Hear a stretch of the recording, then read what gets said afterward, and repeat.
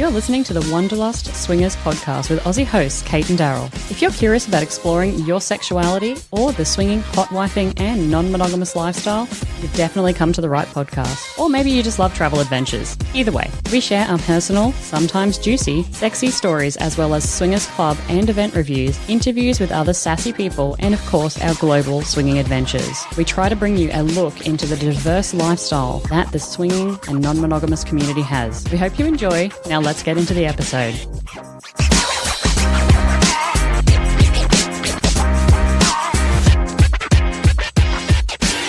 G'day everyone and welcome back to another episode of the Wanderlust Swingers podcast. Today's episode is a new volume of our Swingers Health. So this is Swingers Health Volume 5, Part 1. This one's all about mental health and I have two absolute fantastic experts on the line. I'm joined by Jason and Miché from the Expansive Connection team. Welcome to the show. Hi, thank you so much for having us. Thank you. So excited to be here. That's right, everybody. I've got not one, but two experts on the line today to talk to me about mental health. Yes, I'm shaking in my boot because I do have a lot of spiders and skeletons in my closet. But today's episode is all about mental health. It's another episode on our Swingers Health series. In this volume, we're going to be digging into the fascinating world of non-monogamy, but really starting to talk about things like communication, boundaries, conflict resolution, and more. As we know, the swingers lifestyle or alternative lifestyles in general are multifaceted, and I'm really excited to dig into a little bit more about our experts today on the line. So I'm going to hand it over perhaps to Miché to start. Miché, if you want to give us a little bit of an introduction into yourself, not just on a personal level and your journey, but perhaps a little bit about the work that you do. Okay, hi. I am one of the coaches with Expansive Connection. I've been with them since 2020. And although I am licensed and trained as a marriage and family therapist in this capacity where we work with lots of people in the ethically non-monogamous and any identifier underneath that umbrella community, I operate mainly as a coach. And so with Expansive Connection, we have worked with individuals, couples, moresomes, helping people to just figure out who they want to be and how they want to show up with ethical non-monogamy in their life, like how they want to be with partners, how they want to show up individually, how they want to maybe have moresomes and figure out how that looks while they're walking in their daily lives, because it doesn't just stay in the bedroom. Sometimes we learn things probably from our experiences and bring them back into our regular day life and vice versa. And how about yourself, Jason? Over to you if you want to tell us a little bit about yourself, your journey, and some of the things that you specialize in, perhaps. Sure. I have a clinical training in social work. Did not enter clinical work until relatively recently as I joined the Expansive Connection team. But a lot of my experience has been over the past 7 to 8 years being exploring non-monogamy myself. So my wife and I of 23 years opened up about 7 years ago. And dabbled very lightly in the swinging lifestyle, but quickly transitioned a little more to a classic open relationship and then moved into more the polyamory space, where we've been for 2.5 years now. And it has been kind of settled in, I would say, to that space. But over the time have learned a tremendous amount on our own through every faceplant that you could possibly imagine, and working with therapists on our own to ensure that our journey is as healthy and successful as possible, and learned a lot along the way and felt like I had something to offer. So bringing those social work skills back into the forefront. And I wanted to bring some of those experiences to others and see how it could help us. So I was invited to join the Expansive Connection team relatively recently, a few months ago.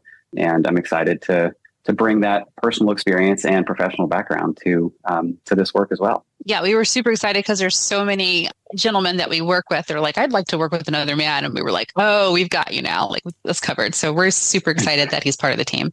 Thank you. Welcome to the team, Jason. We're happy to have you on the show, particularly because as we've just kind of gone through all of our own personal journeys here, there is a lot of diversity on today's episode. And I think that's going to be really robust for the fact that we are going to be talking about mental health and boundaries and conflict resolution, because I think we all do experience things whilst very similar in the different alternative relationships we have. Mm-hmm. There are some differences too. So we're going to maybe see some of those differences as we get into the episode today. But how has being non-monogamous personally impacted your lives and relationships? Well, I'll start with that one. I would say it's been a really positive boon. I think it's resulted in a lot of personal and inner work and growth on my part. And I think any relationship is going to benefit from your own personal work that you do and personal growth. And that self-focused isn't so much of a selfish in a bad way. It's more of like I'm going to focus on myself so that I can bring my best self to my relationships and my any kind of relationship that I'm in. So it has deepened the relationship that I have with my wife. It has also created space for me to cultivate very rich relationships and deep relationships with others too. So I have a partner as well.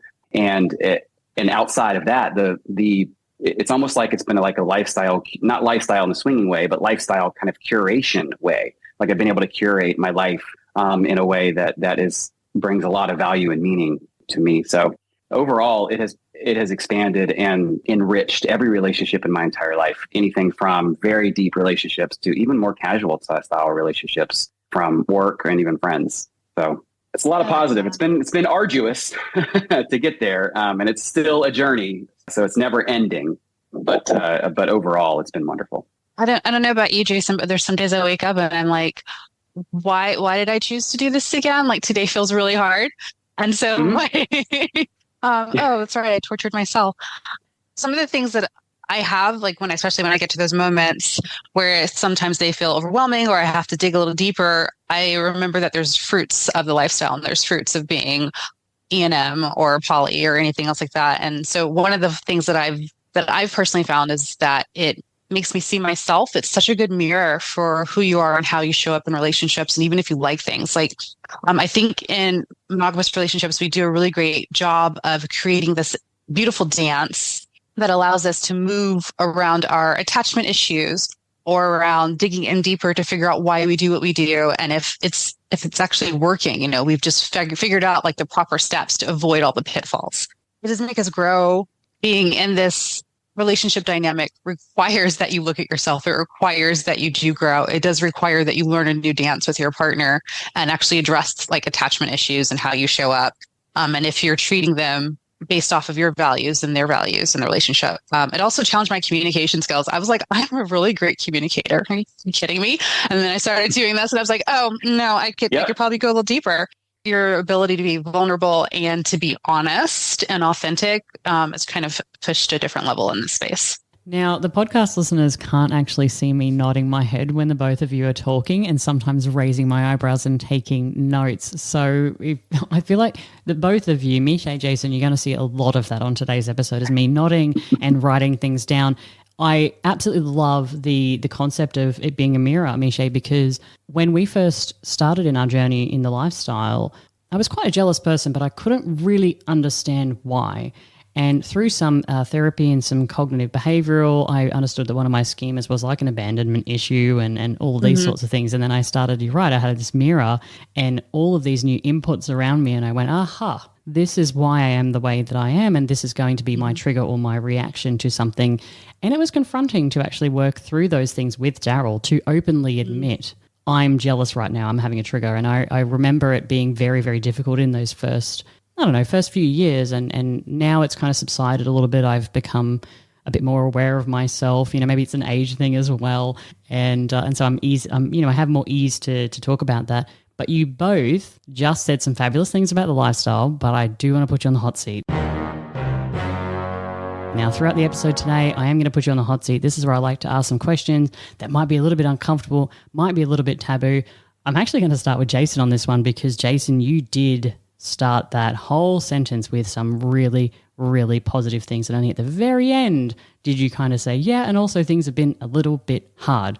What we know is that the lifestyle can be challenging. So do you recall a specific challenge or misunderstanding on your own journey that has really taught you a valuable lesson?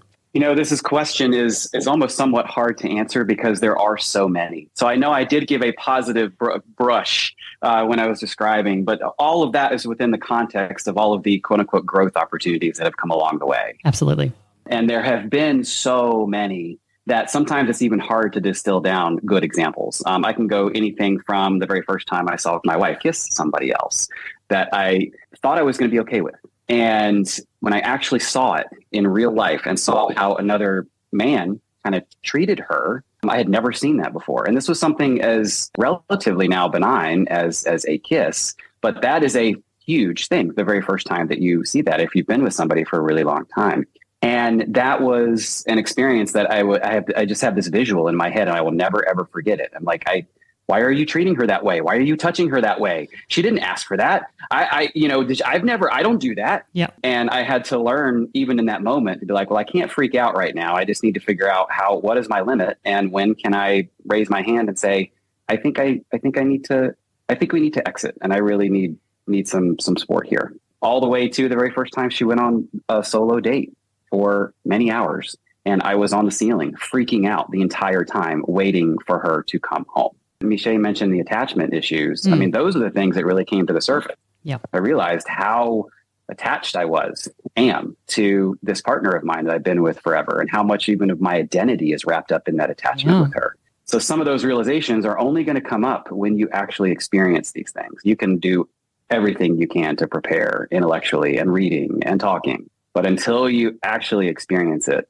and have that internal I felt like I was being ripped apart, and learning how to understand what are those feelings, how to describe them, and how to communicate them in such a way that I don't weaponize them. And sometimes you only realize how do you do that through weaponizing them and realizing the impact of that on your partner. So the 7 years has not been smooth by any stretch of the imagination, but sometimes it's definitely through those experiences and getting to the other side and realizing, hey, we're still good. And in fact, we're actually better now that we worked through that. So but those are just two examples that I can think of. The first time I saw her kiss somebody, and the first time she went on a solo date where I just completely freaked out. Well, thank you for sharing that. Okay, I'll go. Mine's probably not as amazingly weighty as yours, Jason. I am a recovering control freak. And so when I go to play with other people, I think in the very beginning, I was like, well, I need things to go in a certain order. And we have to make sure that all of these boxes have been checked off. And what it actually did was I was trying to simmer down my anxiety by controlling my environment or controlling the direction that things were going to go. Kept me from having a good time. Probably kept me from enjoying just connections with people and however they showed up or however they played out. And so because I felt like there should be a destination, that we're supposed to get to, kind of like that relationship escalator thing, whether it's we're going to go play definitely, or maybe we'll just be flirty friends. Letting it be wherever it was allowed me to just let my anxiety go. And I had to take my hands off the wheel and just be excited to be with other people. That for me, this girl with some anxiety, it definitely helped.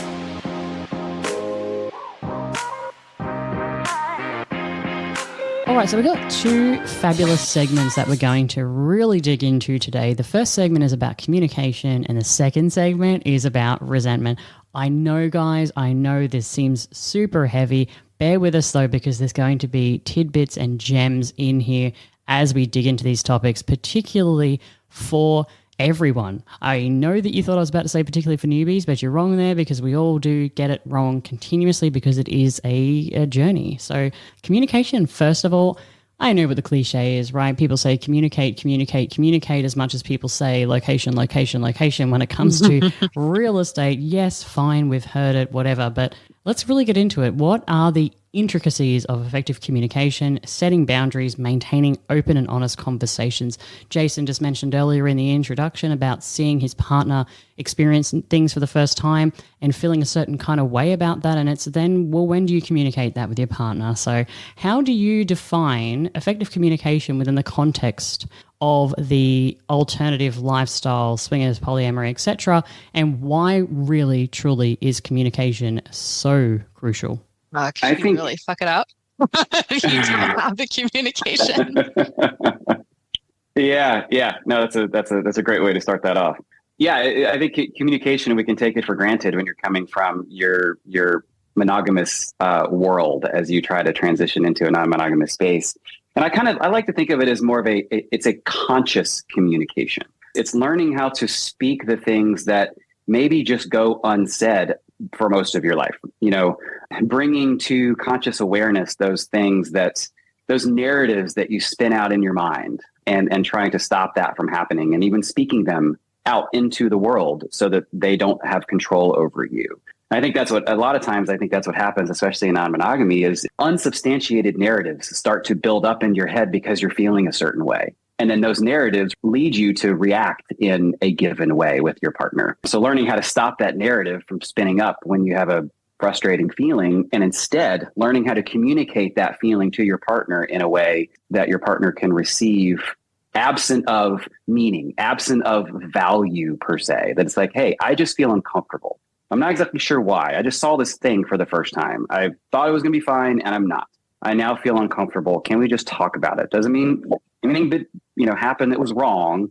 Doesn't mean we need to, stop the ship right away. Can we just sit down and kind of take a quick little pause and talk about it? So I think communication around learning that sometimes that's all it takes. I mean, I hate to trivialize something so important, but actually sometimes there's a lot of power in just being able to put that out there into the world and have it be received in a kind way from somebody who is one of your closest confidants, most likely, and have them say, "Oh, yeah, that makes sense."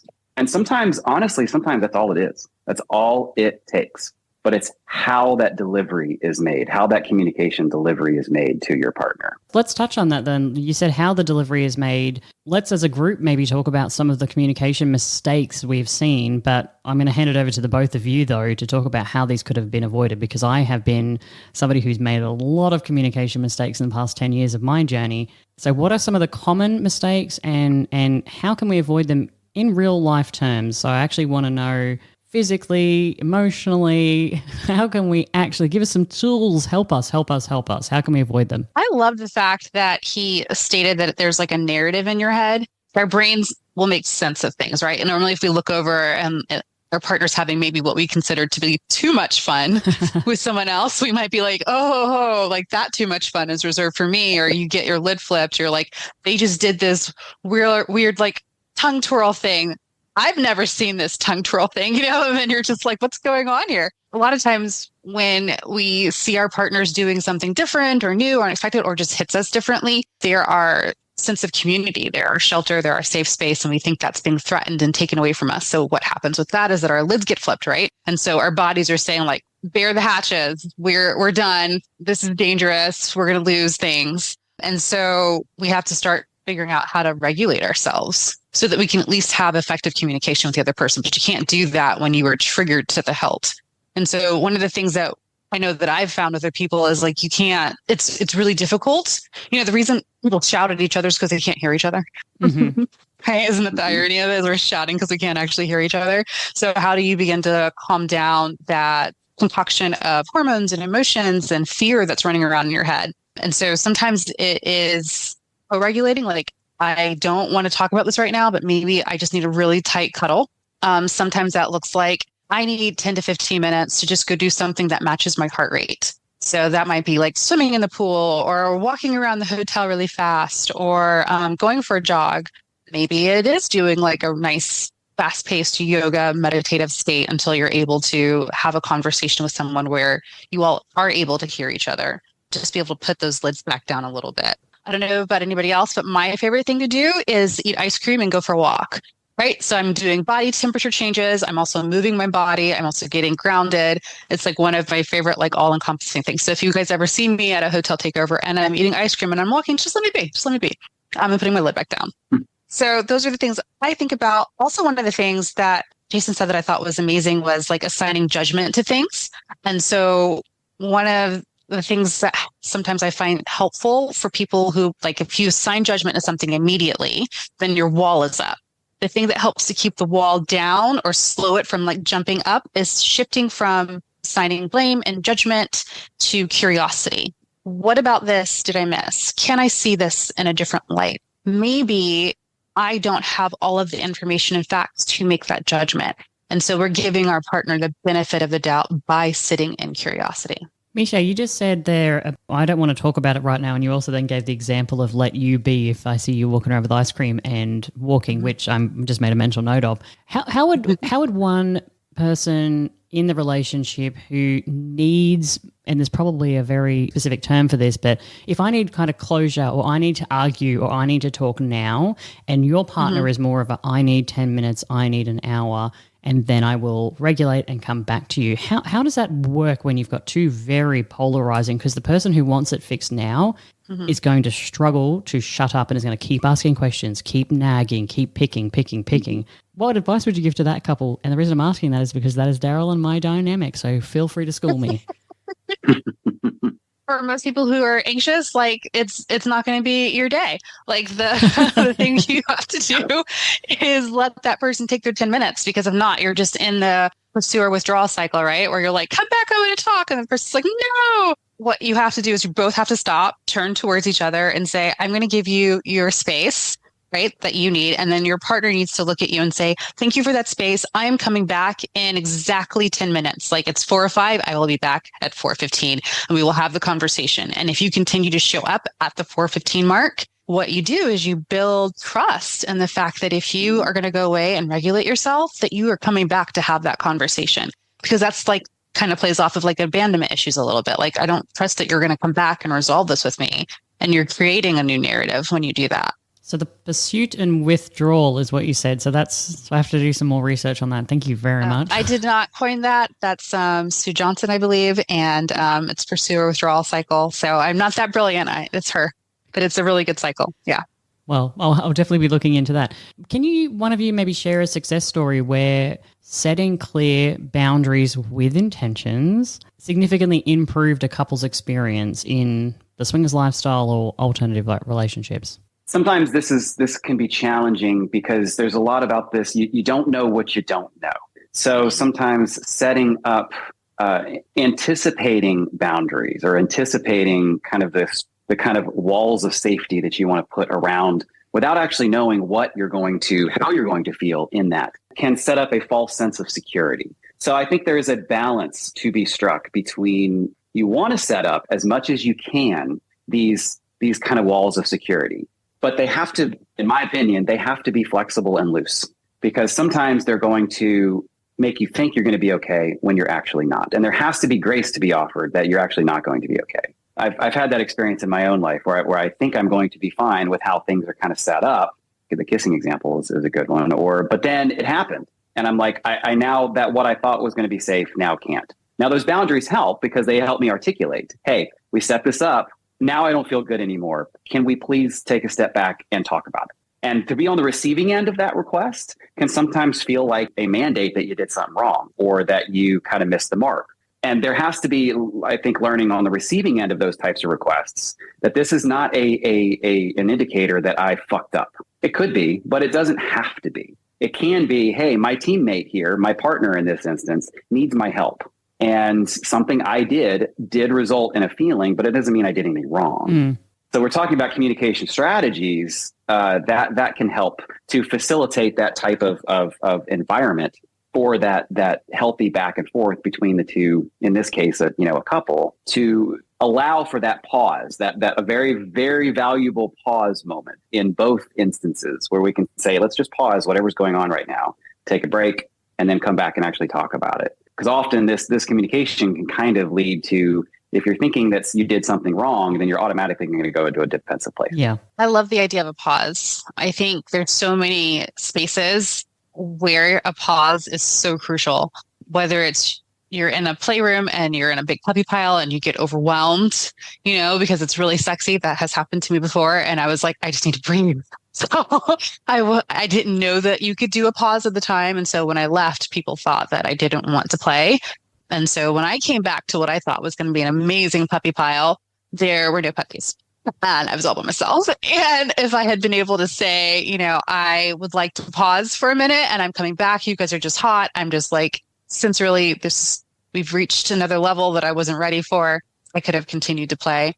There's also the pause of like seeing your partner do something that, you're not ready for, or you thought you're ready for. I know I've definitely been like, I can handle this. And I get into it and I'm like, I can handle this. And so what does that pause look like? That might sound different than I just want to play pause. Or even before we even get into it, like Jason said, that's a different pause, like being able to talk through what those things look like, because people do think it's a mandate or that they have done something wrong. And if you talk about what that looks like beforehand, the defensive walls don't come up as much. One of the things that I liked as well was just an elevator speech. I like this for before people start to play. It keeps me accountable to my own boundaries and it lets other people know how I want to engage with them. And so if I am playing and things shift in a different direction than what I am comfortable with, I can remember that I've already told everybody what I will engage in, what I won't engage in. And so when I leave or shift or change the people that I'm playing with, I'm not sitting here wondering if people are perceiving me differently or not, because we've already had the conversation. And that's always been very helpful for me to actually enjoy what I'm engaging in. And I feel like boundaries up front is always a good idea. That's a really interesting point, and it reminds me of a conversation I had many, many years ago with friends of mine, Jay and Angie. They have a policy where they say what they're comfortable with and what they're interested in doing in the evening. And if there's alcohol involved, or not doing for that matter, and if there's alcohol involved, they do not deviate from this plan. And the reason is because sometimes we'll have these boundaries or these intentions, and then maybe some alcohol comes into play, and then all of a sudden we're feeling a little bit more free.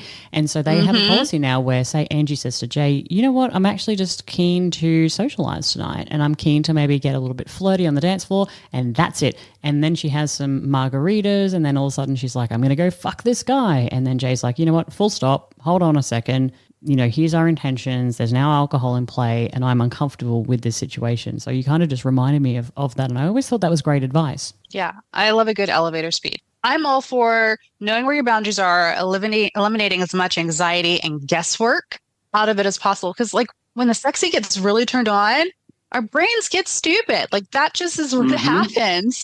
And I can talk myself into some really my fuck it button is real accessible, so I can just I can tap on that a couple of times. And if I don't have my own boundaries and my own accountability up front, I'm like, what happens if we just we don't touch the whole fuck it button? What if we just kind of dance around it? I don't need that. And if your brain gets a little stupid, it's a little easier to get to the other side. I also loved the great pun. I don't know whether you realize this, but you said pause and puppy pile in the same sentence. And I was like, no, pause and puppies. So a little bit of a pun there. I don't think you quite realized you made that one. Let's talk about some of the things that you're commonly seeing, because as much as we all like to think we are individuals, and we are to an extent, we all do have inputs and outputs that can can be very similar to each other. When you're thinking about all of the breadth of the clients that you are seeing, what piece of advice do you find yourself time and time again telling your clients when it comes to communication in non-monogamous relationships? I love this question. Something I find myself telling people is slow down. You do not have to go as quickly as you think. You're going into these situations, and kind of to draw on what you just said, Kate, about your friends who have that boundary. If we're drinking, we're going to stick very closely going to stick exactly to what we said. Let's expand that to say, when you go into these situations, you're going into a situation where you are intentionally going to get drunk. And I don't mean off alcohol. Mm-hmm. You are going into a situation where you are going to have an altered state of mind. Yep. Yeah. It's called energy. It's called sexual energy. It's called, whatever you want to call it. You are automatically putting yourself into that state. And slowing down when you're already under the influence is really hard. True. It's really, really hard. So I tell clients, you do not have to come out of the gate hot. You're going to want to. One of you is going to want to. Chances are in this dynamic, one of you is gas and one of you is the brake. Yep. And one of you is going to be one to press that gas pedal. And yes, guess what? And I like to give hard truths to my clients, where I say, guess what? Sometimes you might not get what you want. And sometimes you are going to have to back down in service to the greater good and your greater process. Accept that out of the gate. Just know that is probably going to happen. And if you can either be a solo actor or you can be in a relationship. You cannot have both. Jason, I feel like there should be some church organ music behind what's happening here. He's just preach. Yeah. Well, I say this all the time. I worry. I see this. This is kind of what leaves a trail of destruction. Honestly, I think with relational destruction with couples is that this happens, that kind of just moving too quickly and not being able to kind of step back and say, maybe let me live to fuck another day, That needs to be on a bumper sticker. Right? And let's just normalize that. Let's just completely normalize all of that. Because we all want to go into these situations and be healthy. We want to be, feel secure, and we want to have healthy relationships, not only with the person we're entering it with, but for those of us who, you're engaging with other people. So you are creating relationships with them too, even if it's one night. You're still creating relationships with them too. And there is an ethical consideration to be brought there as well. Mm-hmm. So there's a lot to consider. And yes, it is heavy. Yes, you're going to fuck up. People are going to mess up. Lots of grace needs to be afforded to that. And don't forget, your partner is priority, and you have other human beings that you're engaging with too. So let's not forget that either. I love that you brought that up, Jason, because that's something that we have said from quite early on in our experiences, is that, when people talk about ethical non-monogamy, it can be interpreted many different ways. We have always said that we want to leave the people that we're engaging with in a better scenario or a better situation than when we found them. So, approach ethical communication for us, or ethical kind of relationships, is actually making sure that we're not overstepping the other couple's boundaries, that we're actually having really clear consent discussions, that we are looking after, even STI health, all of those kind of things encompass that for me. So I love that you brought that into the conversation, because it is quite often missed out of these conversations, is that it's not just about me today. It's not just about Daryl, but it's also about the other couple's relationship, their dynamic, and making sure that we're also looking after them. So yeah, kudos. That's right. Again, church music for Jason. It's beautiful. Kate, it's beautiful. Yes. Yes. Now, who wants to go on the hot seat? Expansive Connection offer virtual coaching sessions to, as you said before, people in non-monogamy, considering non-monogamy, singles, couples, triads, polyquads, moresomes, you name it. We run the gambit of supporting people. Mm-hmm. Why would somebody turn to some virtual support rather than maybe just going down to their local GP and getting a referral to a psychologist locally? It's a great question. Mainly because we haven't just read about this, we're also living it. And so you get the benefit of the educational background that we have, but you also get the fact that we are also trying the stuff we're telling you to do. It's because we probably told ourselves to do it on Monday. We're telling you the things that work for us, that have worked for other people. The goal is to be a facilitator in your journey. It's not to tell you what to do. It's not to delve necessarily into your childhood. It's where you are now and where you want to go, and focusing on your goals and helping you to improve who you are currently. That's our goal. I just wiped sweat off my forehead when you said we're not digging into childhood trauma. I don't know whether you saw that, but thank you.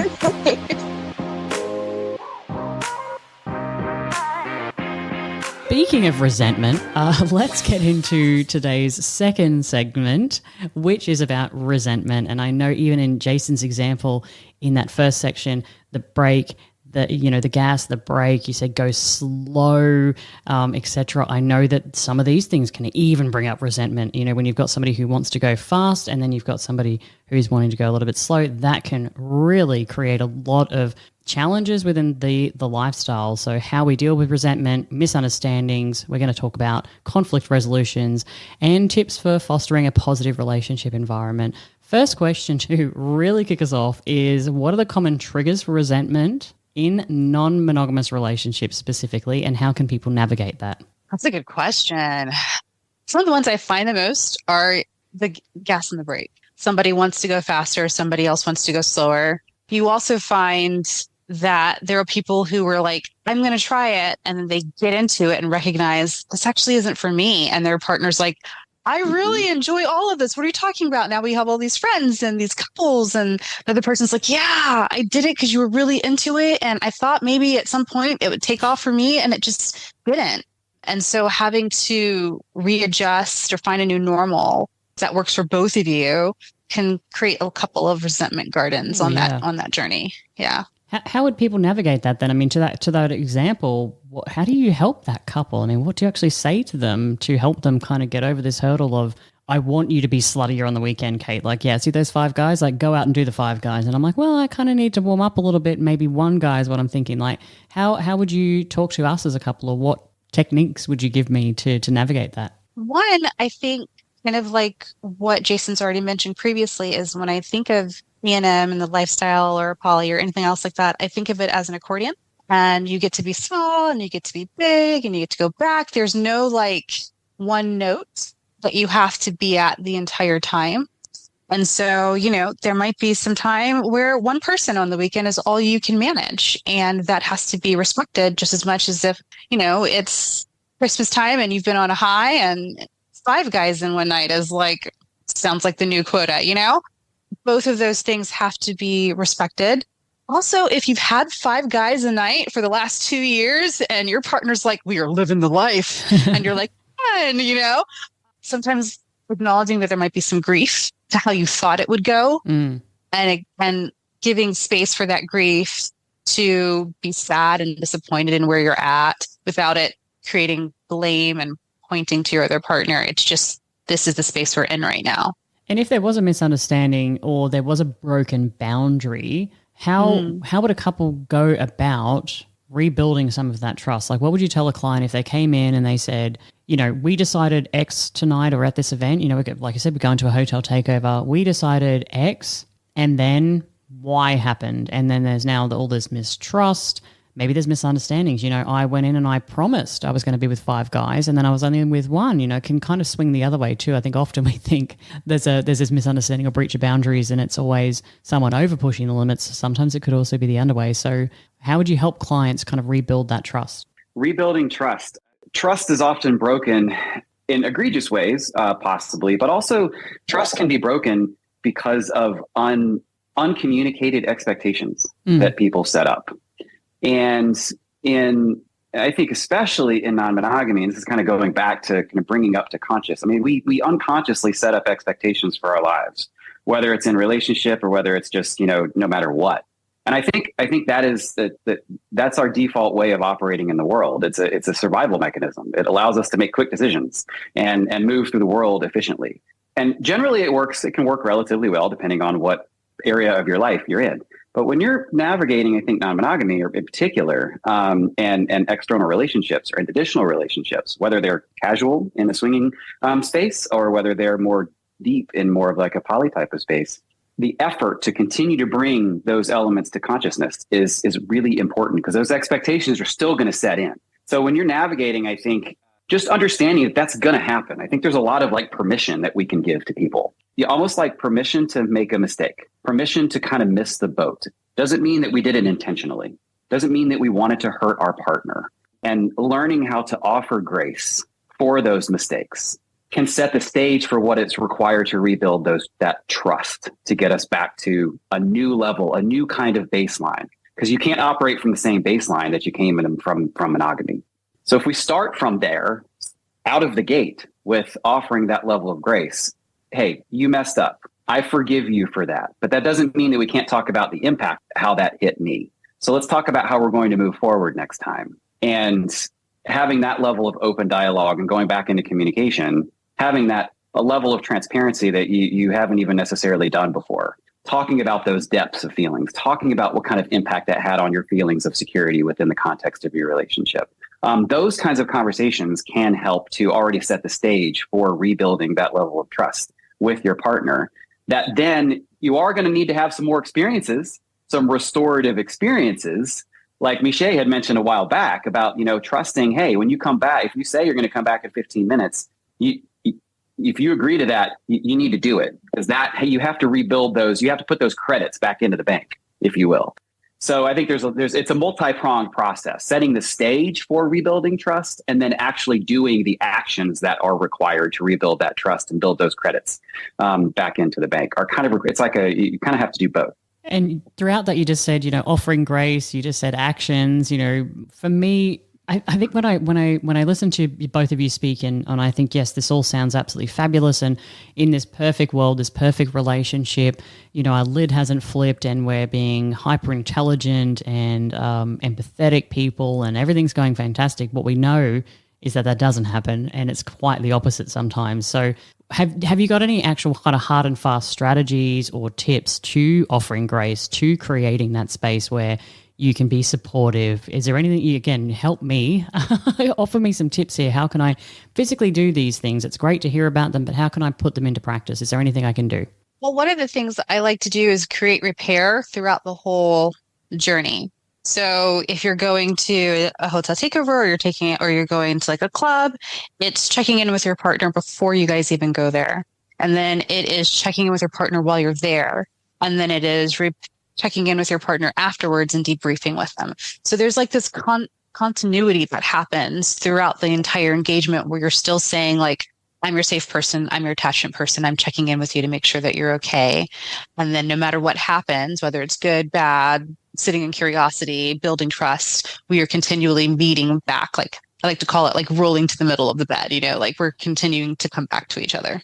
Michelle, that's perfect. Like I think that what I think about when you say that too are what are strategies that you can do on a regular basis that create the conditions for rebuilding trust when trust is broken, because it's going to happen. That's another thing. It's like these kind of things are going to happen. So we can expect it. But then I think to Kate's point, well, what can we do along the way? What are some real practical kinds of things that we can do? And I love that metaphor of kind of coming back together. And what are some real practical strategies? Something in the more of the polyamory space that is pretty common is doing regular relationship check-in, which I think would be really valuable for even if for somebody in the swinging lifestyle who is just doing it occasionally. Maybe they just travel. Maybe it's like once every few months or something like that. This new way of relating, even if it's on a casual level, is still going to have impact on your relationship. So if you can implement regular relationship check-ins with your partner and just talking about how do we feel within the context of our relationship? Are we still at a place where we're wanting to do these things? Do we want to do some new things? Are there things that are coming up for us that we haven't had a chance to air? Are there resentments building up that we haven't had a chance to actually talk about? And now we're talking in a non-activated way. We're actually sitting down, scheduled time where we are not activated to actually talk about some of these more vulnerable things. So I think not waiting until you're activated to bring up all of the stuff that has been, you might not even be aware was festering. Think about it throughout times of calmness and then bring it up during those times can help navigate those really murky waters that you are probably going to run into when you actually do go into those play spaces. I love that, Jason, because basically you're saying we're supposed to create safe spaces throughout, like just the lifespan of the relationship. So like, basically, I love how you're saying that, we're creating this safe space while we're washing dishes, while we're doing laundry, while we're going to work. Yes. And then it also bleeds into when we go to play. 100%. That's a great lead into my follow-up question, Michelle, because you just said while we're cooking, doing the dishes, doing laundry. I have something that years ago I used to tell people, and I want to know what the shoe coaches on the line think about this. I used to get asked by people, how do I bring up the lifestyle to my partner? And one of the things I always used to tell people is actually take yourself out of your home environment to a more neutral environment. And I meant that from the perspective of, okay, if I'm the homebody, I'm more of the person doing the chores around the house. I'm not really in a sexy or, interested to talk and really dig into my emotions mindset. It's more likely going to be better for me, both of us, in more of a neutral space, cafe, bar, what have you. What would you think about that? I know, Jason, you just said there when you're non-activated, talking, doing check-ins. What do you think about going outside of your home environment? Pro, con? I think that's a great idea. Yeah, I think your line of thinking, Kate, makes a lot of sense. Removing yourself from the almost the environmental space that, for better or for worse, sort of is a breeding ground for codependency. And you can't get away from it. And I think in partnership, especially in kind of a mononormative world, you can't get away from that. So just kind of accepting that that's part of being in long-time partnership, that what we want to do is try to be aware of when it happens. You're right. I think, bringing, especially when both partners have their roles, whether it's explicit or implicit, and you're just kind of going about your day within the context of your everyday life, bringing up something like you just said, how do I bring this up to my partner? If you can take yourself out of that environment to an equally neutral and desirable spot for both of you, I think it allows the space for you to kind of show up as more as individuals outside of the context of your home. Yep. Whereas in the context of your home, you're less likely to have been differentiated as individuals. Yeah, or you've got that role play, like you said, you've got those. Right. Oh, I love that. I love that. That's so great. But guess what? It's time to go back on the hot seat. You don't get off the hook that easily throughout the entire show. What are some of the signs that a couple in the swingers lifestyle, or really in any alternative relationship, might need to actually go and seek professional coaches? When is the time to seek help? We just mentioned, a couple of examples that I gave you on my personal journey there. When would you recommend to somebody to come and actually have a conversation with a lifestyle coach? I love this question because Jason and I were talking about this and we were both like, from the very beginning. Yep. Yep. Yep. From the time you decide to do this, maybe even before when you're still like questioning it, just because it's so helpful. I'm going to do like a shameless little plug here and say, like, going back to what we talked about previously about boundaries and how you show up in a relationship with boundaries. And we have a course that's going to be like 75 minutes through Zoom. It starts February 21st and runs through March 20th. It's like once a week. We have one of our other coaches, her name's Cal, and she's basically, oh my gosh, she's doing this whole study on a book, and she's teaching it for everybody. And I'm so excited. So like little things like our study courses with groups or even self-study courses, or whether it's with coaches or whether you do it one-on-one and you guys do couples together later, making sure you have that extra support because it's going to bring up stuff for you personally. And then it's going to bring up stuff for you as a couple. And sometimes you just want to air that stuff without your partner being there. And then sometimes you need to do the things that are together. And we offer all of that. So whether it's like skill building or having somebody to talk it through with, or building up like, oh, my boundaries are different than my partner's. What does this look like together? From the very beginning. That's my answer. And I know you just mentioned the boundaries course there, which is obviously it's already kind of halfway through by the time this is coming out. I'm assuming that's going to be something that is available again in the future? Yes, we'll have it recorded and it'll be offered as a self-study afterwards so people can take it as they like. But right now it's live, and I'm sure she'll do another live version of this probably later on in the year. But you can also, we always record ours to a certain extent so that you can then go ahead and do a self-study afterwards. Now, devil's advocate here, pretending that I didn't know you exist. I'm 3 years into my lifestyle journey. I'm harboring resentment towards my partner, resentment towards my lifestyle journey. Well, when do I then come and see you? And we just said in a perfect world, I come and see you at the front. That's not possible right now in this scenario.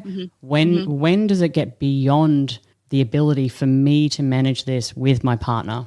I think at the point that you are more, this is kind of off the cuff here, more dysregulated in your relationship, like your body your nervous system is more dysregulated than regulated within your partnership, like when you're with your partner. So if we can strip away all these narratives you're like creating in your mind, they did this, they did that, whatever. If we can kind of strip that away and just kind of keep it self-focused. If I don't feel safe in the same room and I don't feel calm and connected in the same room with my partner more often than not, and nothing is actually going on, you probably need to get in front of a therapist or a coach. I'm trying to think of things that to offer to say, what can I do as like, how am I going to know as a person? How am I going to know as an individual? Not what they're doing, not what my partner's doing. That's not the signal. What is the signal for me that I am going to need extra support? And that's something that I kind of thought of is that dysregulated feeling, that anxious feeling, that heart rate always up, that like, I just can't feel safe within my own space with my partner. That's a good sign. Or even the obsessive thoughts, like making, like revisiting the same scene over and over again, or revisiting the same thought that you feel like isn't processed just enough over and over again. Like if you're waking up at 2 a.m. in the morning, anywhere between 2 and 4 a.m., and like there's a singular thought that's continuing to repeat, that's probably when you reach out. Yes. Well, we've covered a lot today, everything from communication to resentment, misunderstandings, conflict resolution. So as we're getting ready to roll out of the episode today, could you perhaps share a piece of advice that might surprise or challenge conventional wisdom when it comes to addressing and resolving conflicts in the swingers lifestyle? Ooh, an unexpected piece of advice. I don't know if it's unexpected or not, but I'll just throw it out there because it's the first thing that popped into my mind is, I don't know if I've mentioned it already, but you can only go as fast as the slowest person. So if we think about the context of how you're approaching your non-monogamy, how you're defining as a couple, how you want to approach this, you can only go as fast as the slowest person because you're attached. You have an attachment relationship here. And if the person is going too fast, you're stretching that attachment. And at some point, it might risk breaking. Slow is smooth and smooth is fast, people. Misha, any thoughts about resolving conflict? Resolving conflict. Get some ice cream and go for a walk. Yeah. Like do the thing that makes you Unconventional. feel do the thing that makes you feel good before you get heated with your partner, before you resolve all the things when hopefully, they're not going anywhere, to the fight's not going anywhere. Yeah, true. You're not going to forget all your pointers. Neither are they. Take care of yourself. What makes you feel like you're in your body? What makes you feel like you can have a calm conversation that allows you to show up in your values, right? If my values are honesty and authenticity, and I want to make sure that at the end of this conversation, you feel validated and loved. If I'm not in a position to do that with you, one, I'm going to warn you if you still want to have this conversation that I'm not in the position to do that. So you enter at your own risk. And two, like I might pause this for a little bit and come back when I can, because the relationship house that we're living in is more important than this little tiny stove fire that we're going to put out anyway. Fabulous advice. I love that. So thank you very much to Miche and to Jason from the Expansive Connection team for coming on the show. Really appreciate you both. Thank you. Thank you so much for having us. This has been great. Kate, this has been wonderful. Thank you so much for the invite. If you're wanting more information about Expansive Connection, you can head to the show notes where I will have all of the website links as well as social media. I know that they do have great tidbits of information on their social media that are absolutely fabulous. I love reading them. So consider giving them a follow on social media. But this has been Swingers Health Volume 5, Part 1 for mental health, because yes, we are going to dig in more in a couple of weeks' time for a Part 2. So thank you again to the Expansive Connection team, and I look forward to chatting to you again soon.